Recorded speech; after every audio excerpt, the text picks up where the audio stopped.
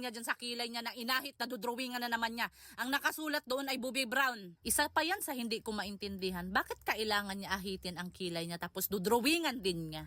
Ang luka. Dahil hindi man pinagpala ang babae, hindi man siya mistisa, kaya hindi pupula ang pisngi.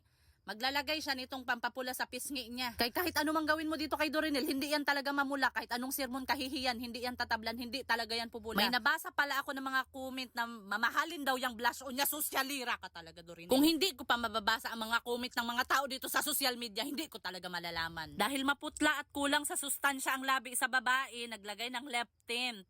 Maglalagay pa rin siya ng lipstick. Marami talagang kailangan ilagay dyan sa labi niya kay napakaputla dahil walang sustansya.